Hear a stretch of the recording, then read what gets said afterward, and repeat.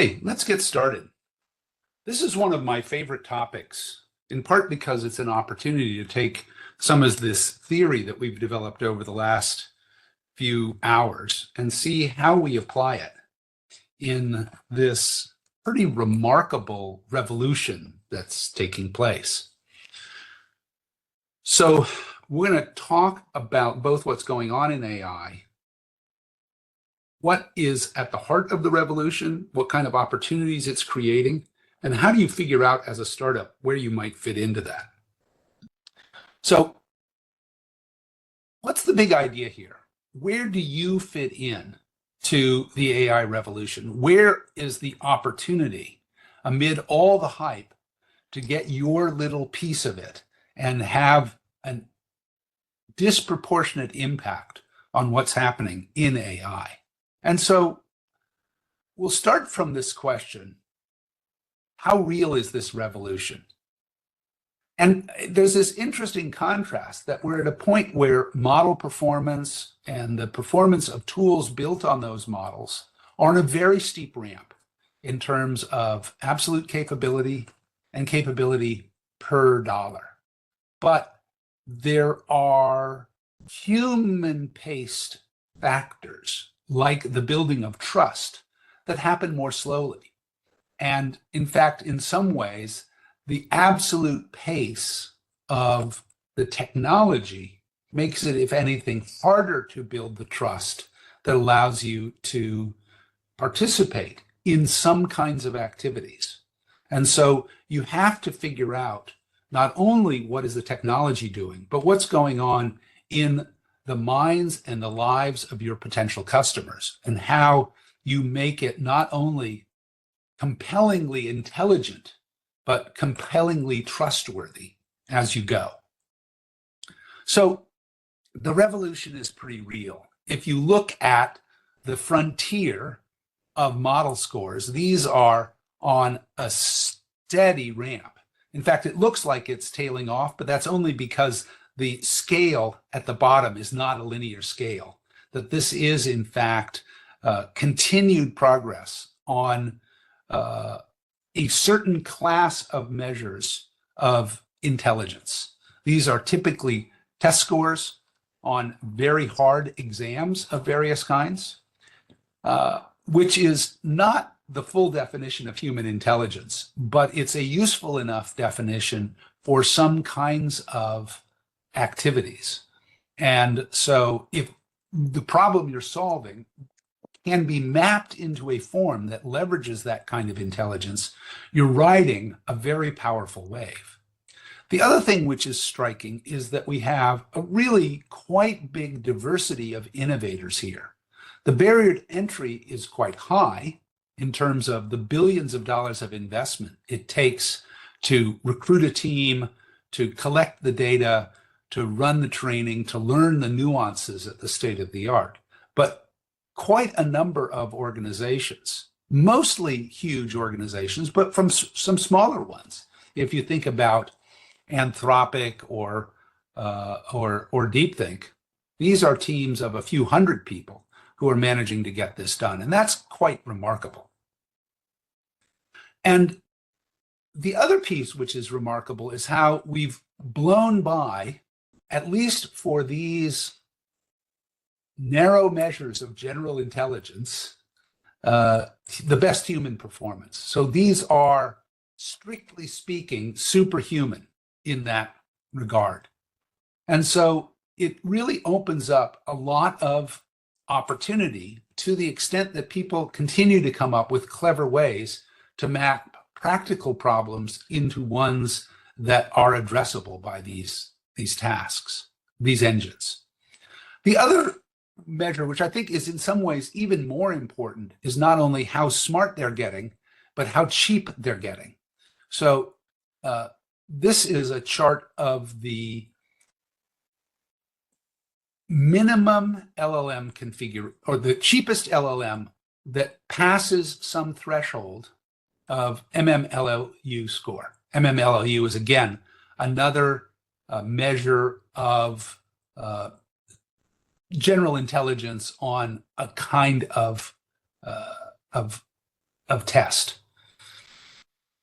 And what you see is that the GPT-3, GPT 3.5 level of intelligence has come down by 1, 2, 3 orders of magnitude over the course of roughly 3 years. And if you take GPT-4 level of intelligence, it has come down by a factor of 100 over the course of 2 years. And that pace is something that is almost unprecedented. To see orders of magnitude per year as a trend is quite striking, and one where we can't exactly predict how much this trend will continue. And there's some evidence it's slowing down a little bit, but the implications are that it is essentially a free good. That is, a resource which is available to all at very low cost, which is as yet barely exploited. And that as the implications of these widely available, extremely inexpensive language and reasoning powers percolate through the economy, there will be lots of disruption to however those problems used to be solved, and therefore lots of opportunity for whoever does manage to displace the old way of doing it with this new LLM-powered way of doing it. I sat down to figure out what are the different ways in which these functions scale. These are perhaps a little bit overlapping, but to some extent trying to figure out, what do you get from underlying semiconductor scaling? What do you get from some of the architectural innovations like low precision numerical representations, increasing parallel computation, increasing bandwidth in the memory and networks, new model structures, which sometimes may have implications for hardware, but sometimes they're just better algorithms, as well as new ways to write the code or write the training, and then all the way up to ways of thinking about the deployment of the models inside of, for example, networks of agents, mixtures of experts, and even domain-specific LLM models. And I attempted to score them in terms of which were the most important levers. And in that, I think there's a general view that I subscribe to that Moore's law might continue, but it's continuing at a significantly slower pace than in the past. There is good work on low precision numerical representations, and David Chen in the class here is actually very deeply involved in that. But we already have in the NVIDIA current production parts pretty good support for 6-bit and 4-bit representations.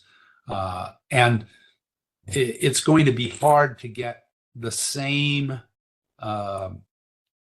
capabilities, I think, on a weight for weight basis going down to 2-bit and 1-bit. Yes, you can do lots of interesting things at 2 bits and 1-bit, but it generally takes more of those parameters to do the same thing. And you can only push the data center overhead to 0 and the capacity utilization to 100%. And already the hyperscaler model of utilization is pretty efficient. On the other hand, the big levers are likely to be things like new model structures, new inference optimization, new training algorithms, and domain-specific LLM models, I think. And those are things which in 5 years, you can easily picture those being worth 5x, 10x or more. So you take all of those things together, this could still represent another factor of 1,000 over the next 5 years. So if in the last 3 to 4 years we've gotten a factor of 1,000, I think there's another factor of 1,000 sitting out there. That's pretty powerful. you're talking about something approaching a factor of 1,000,000 improvement in a fundamental technology. Now, we have to be careful not to confuse the intelligence of a model on a multiple choice test with very general purpose intelligence in the way that real humans express themselves. But there is certainly a pretty broad front on which these technologies have an impact. And therefore, this factor of 1,000, factor of 1,000,000 is a pretty big deal.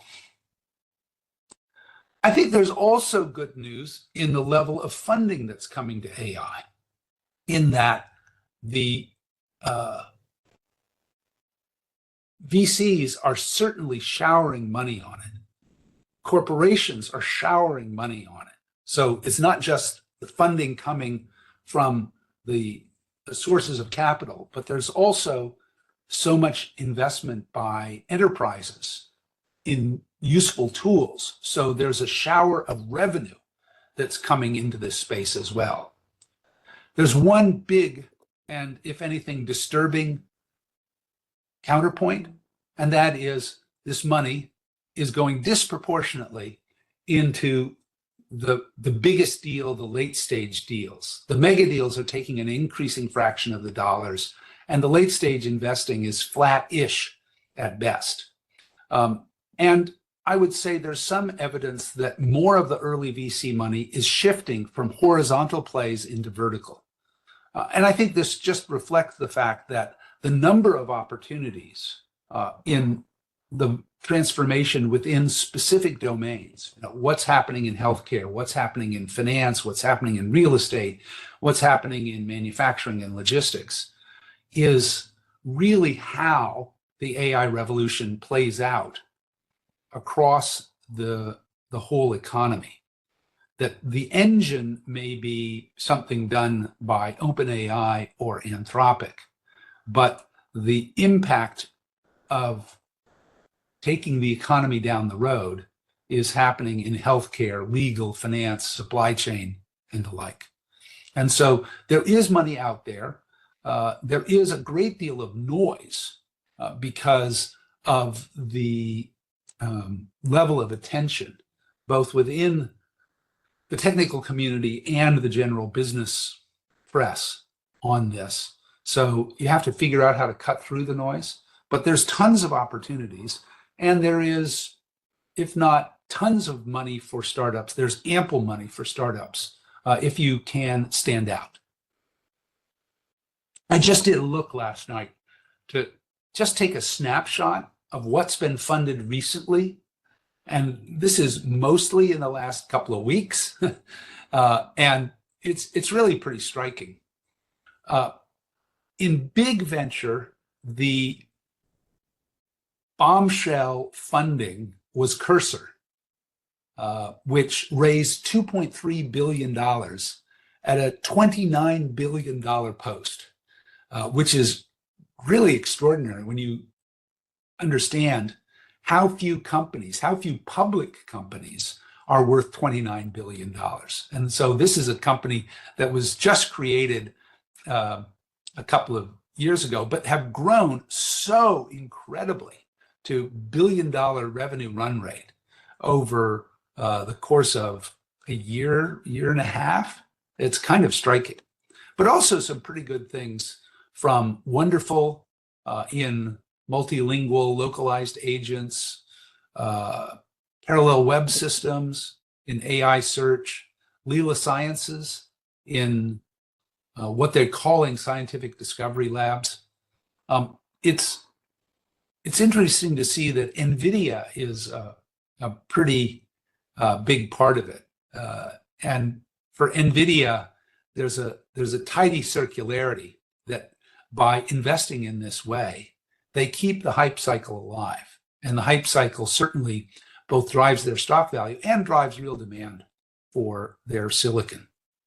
But it also is the inevitable consequence of the run-up of NVIDIA stock, that arguably, if you're worth $4 to $5 trillion, then you can afford to put $10 million here, $100 million there, without thinking very much about it. And so they can participate very widely and have a piece of the action.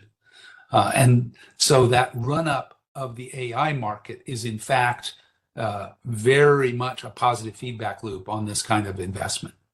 I don't know if that's entirely healthy, because that can be a realistic reflection of the importance of the segment, but it also can be a contributing factor to the much feared bubble. I'm not saying there is a bubble, except perhaps in some of the AI build-out characteristics where there seems to be competition to see who can announce a larger data center investment. You do a $300 billion data center commitment, so I've got to do a $500 billion data center investment. It's just crazy stuff. On the startup front, we see pretty wide diversity of things going on in engineering productivity, in enterprise data center infrastructure, in personalized AI, and in other AI-powered B2B.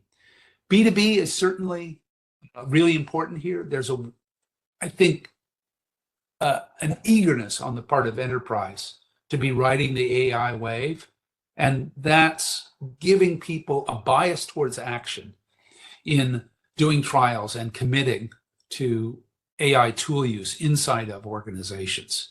I don't think that individual consumer behavior has been that deeply affected, though OpenAI ChatGPT has grown so rapidly as a consumer platform that it naturally makes Google worried, even Meta worried about OpenAI developing a fundamentally new way that people interact on a personal basis with data and networks.